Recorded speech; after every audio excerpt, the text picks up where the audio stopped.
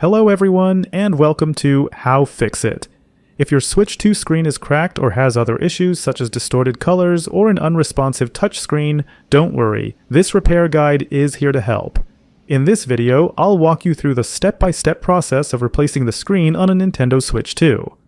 To disassemble and replace the screen, you'll need the following tools: a tri-wing and Phillips screwdriver, plastic pry tools, tweezers, a screen disassembly tool, a handy tool for carefully removing the screen from the device, screen glue, a suction cup, thermal putty, I'll specify which type is needed later, and thermal paste. I've included links to all the necessary tools in the video description below. Before you start disassembling the console, I highly recommend using a magnetic mat. The Nintendo Switch 2 has a lot of small screws of different sizes, and keeping track of them is really important for an easy reassembly process. A magnetic mat helps you organize the screws by sections and prevents them from getting lost, since they stay attached to the mat. It's a simple but very helpful tool when working on compact devices like Switch 2. Okay, let's get started.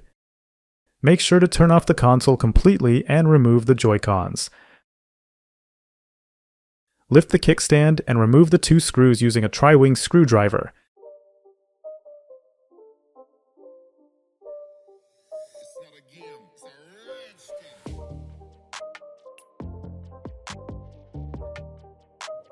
Next, remove the two screws near the charging port at the bottom of the console, as well as the single screw located at the top edge of the case.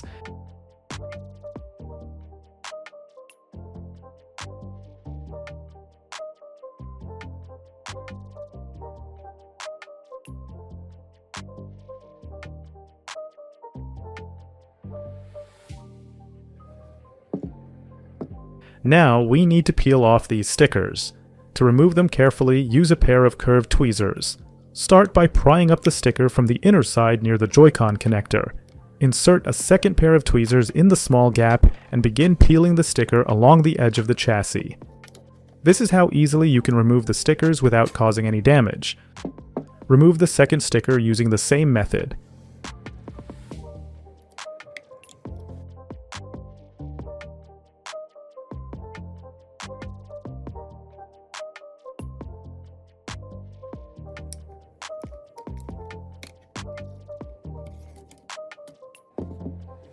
Remove the two screws located beneath each of the stickers on both sides.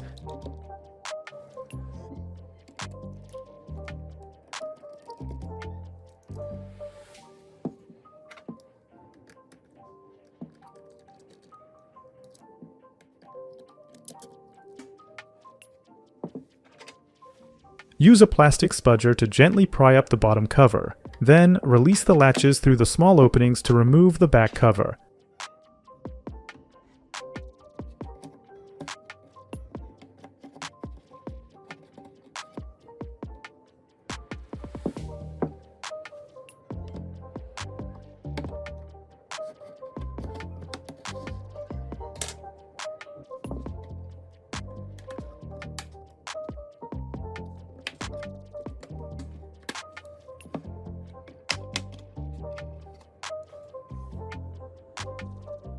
Remove the screws securing the antenna modules, then disconnect the antenna wires from the main board before proceeding to remove the metal plate.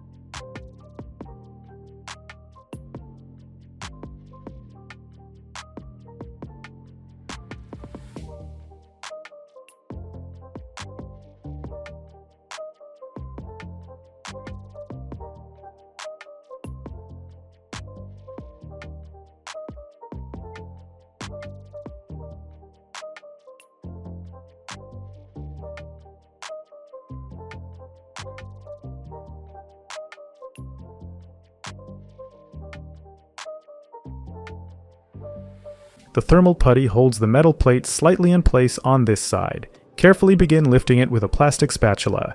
Disconnect the battery cable from the motherboard before proceeding to prevent any short circuits. Remove the 4 screws securing the heat pipe.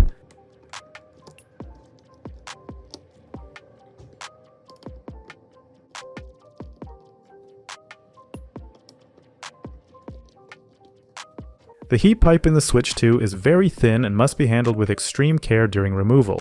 It is hollow and contains a specialized cooling fluid. If bent, it loses its ability to effectively transfer heat to the heatsink. Additionally, the heat pipe is secured with thermal paste and double-sided thermal tape beneath the heatsink. To remove it safely without causing damage, use 2 plastic spatulas, one on each side, to apply even pressure. Gently lift the heat pipe to loosen it, but do not remove it completely until the heatsink has been fully detached from the double-sided thermal tape.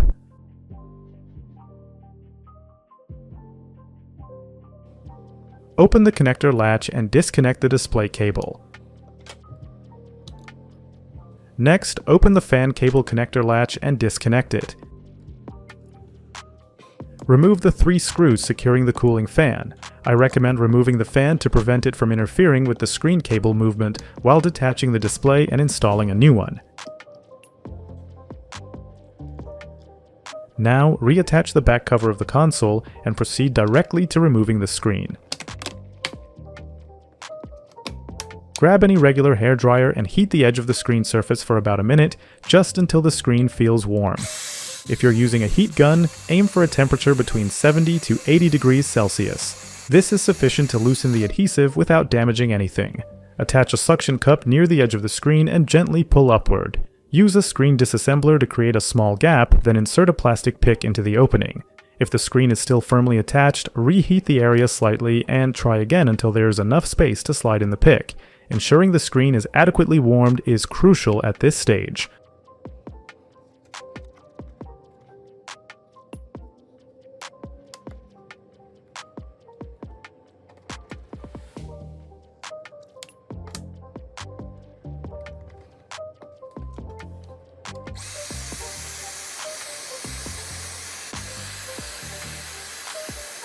The glued edges of the screen housing are quite thin, so you shouldn't have any difficulty separating the screen from the console housing. However, be sure to apply heat to each side of the screen to ensure a safe and smooth separation. If your screen is cracked, protect your hands and eyes by wearing safety glasses and gloves.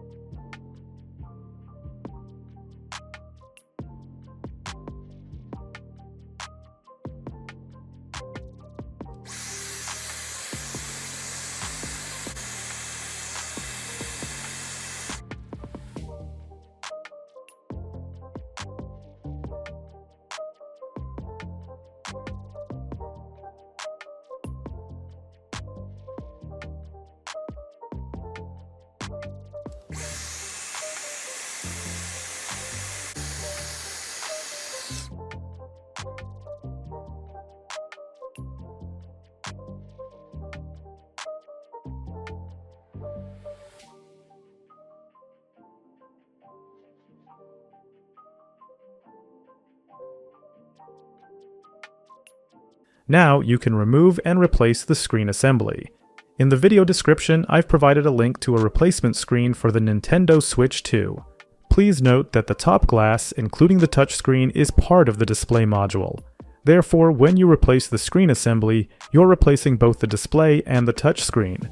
If you are experiencing issues with an unresponsive touchscreen, replacing the entire screen assembly will resolve the issue. Now, let's connect the new screen and check its functionality. When installing the screen, ensure that the cable is properly aligned and fits through the designated opening in the casing. Otherwise, you risk damaging the cable.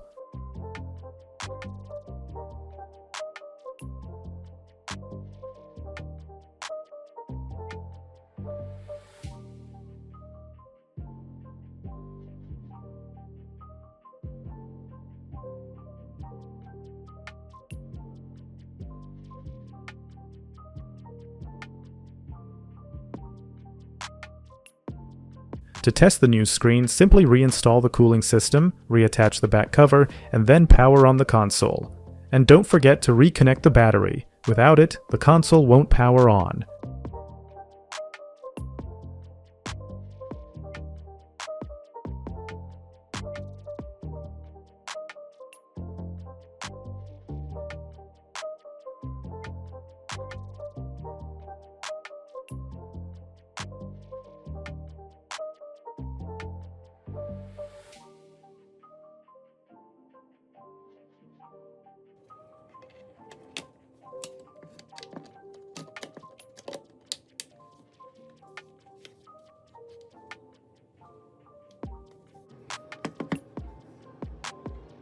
check the screen for dead pixels, backlight functionality, and touchscreen responsiveness. To check the touchscreen for dead zones, navigate to the Controllers and Accessories section in the settings. Then go to Test Input Devices and select Test Touchscreen.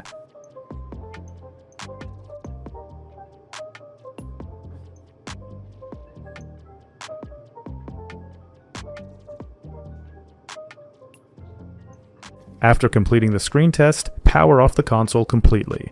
Then, remove the screen again to begin the process of gluing the display to the console body.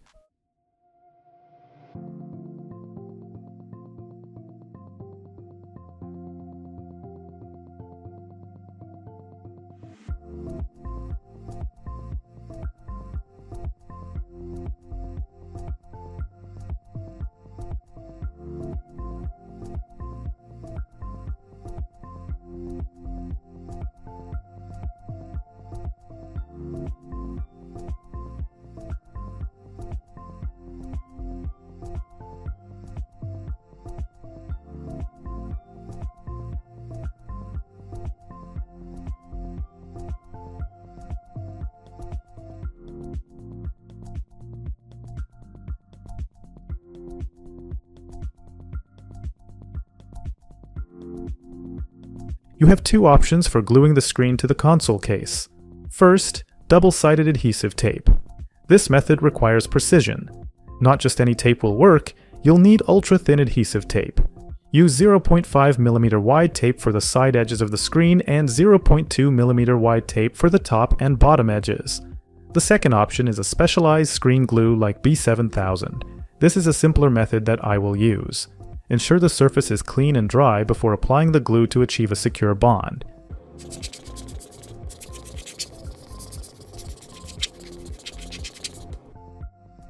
Apply a small amount of glue evenly along all edges of the screen frame. Wait approximately 2 minutes to allow the adhesive to become tacky, which improves bonding strength. Then, carefully press the screen into place on the console case.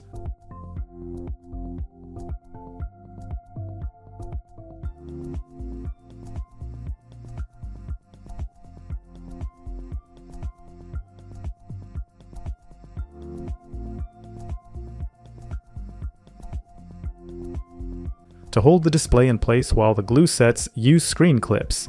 If you don't have screen clips, you can use a couple of books to apply even gentle pressure to the screen while the adhesive cures.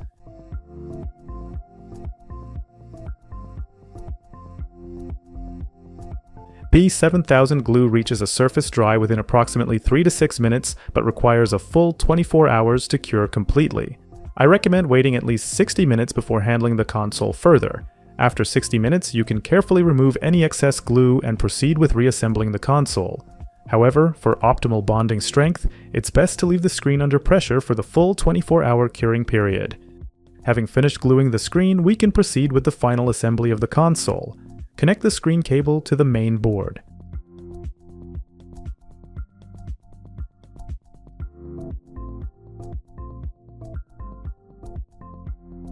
Install the cooling fan, connect its cable, and secure it with the 3 screws.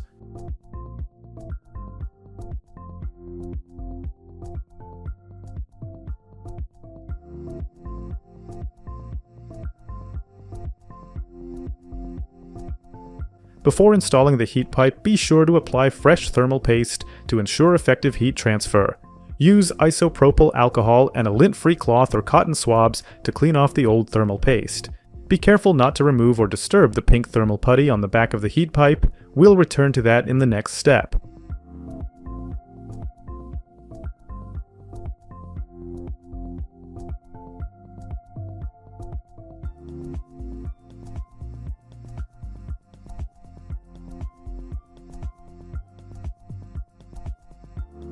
Since the contact boundaries between the base of the heat pipe and the chip surface are not clearly defined, I recommend applying thermal paste directly to the base plate. This approach ensures full coverage of the heat spreader area. Apply a small amount of thermal paste, something like Arctic MX4, Noctua NTH2, or Thermal Grizzly Cryonaut will work well. A rice-sized dot in the center of the base plate is sufficient. Then, using a plastic spatula, spread the paste evenly across the entire surface of the base plate. Additionally, you can remove the metal plate and apply thermal paste directly to the APU chip. For detailed instructions on this method, refer to my separate video guide on replacing the thermal paste on the APU. Place the heatsink back on top, making sure it's aligned properly, and screw it back down.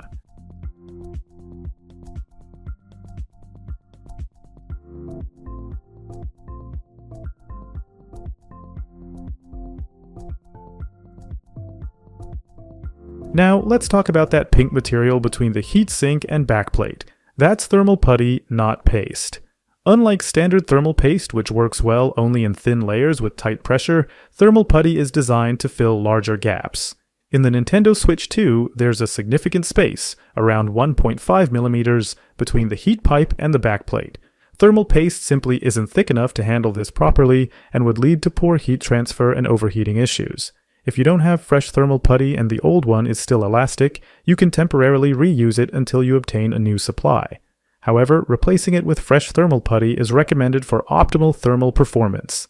When selecting a suitable thermal putty, I recommend Thermal Grizzly Putty, which comes in 3 variants: Basic, Advanced, and Pro, each differing in thermal conductivity, consistency, and price. TG Putty Pro is unnecessary for this application. It is designed for extreme heat transfer scenarios such as servers or high-performance overclocking. Its thermal performance, density, and cost are excessive for a mobile console like the Switch 2. TG Putty Advanced is an excellent compromise between thermal conductivity and ease of application. It performs reliably in the area between the heat pipe and the back cover, where the gap is approximately 1.5 millimeters. It does not leak and remains stable under vibration and heat, making it ideal for this repair. TG Putty Basic is a more budget-friendly option that still performs, particularly if the console is used under moderate load. Visually, its color is very similar to the original thermal putty used in factory-assembled consoles, making it a practical choice for general use. I'm going to use TG Putty Advanced. It has excellent thermal conductivity at around 6.2 watts per meter Kelvin and stays in place without drying out or leaking. It's a perfect replacement for the original thermal putty. Remove the old thermal putty and wipe the surface to eliminate any remaining residue. Then, apply fresh thermal putty and spread it evenly along the heat pipe using the spatula included with the TG Putty.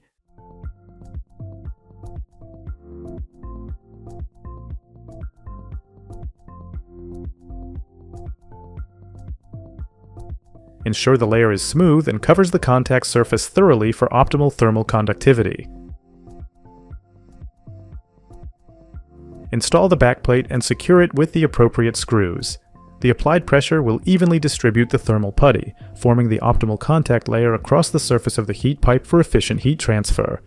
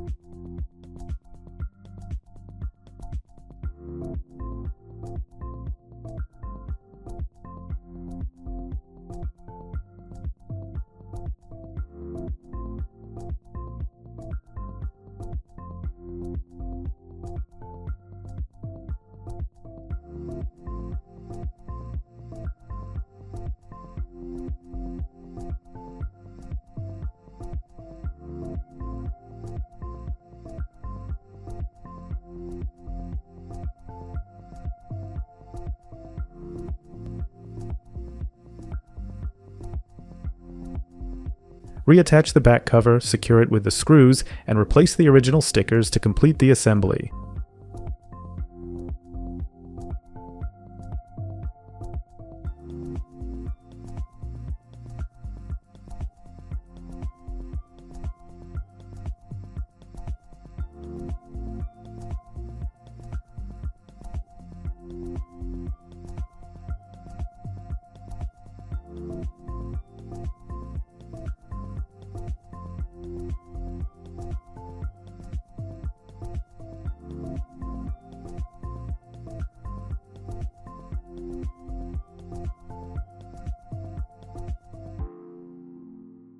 If you found this guide helpful, give us a thumbs up and subscribe for more tech tips and guides. Visit our website for more tech insights and do-it-yourself guides. Remember, every tech challenge is an opportunity to learn and grow. I really appreciate you watching my video guide. Feel free to ask any questions about Nintendo Switch 2 maintenance in the comments. By the way, if you're experiencing issues with your Joy-Cons or Pro Controller, such as analog stick drift or sticky buttons, check out my tutorial on cleaning and restoring your controller. For more details, refer to the helpful links in the video description. Thanks for watching HowFixIT, and see you in the next video.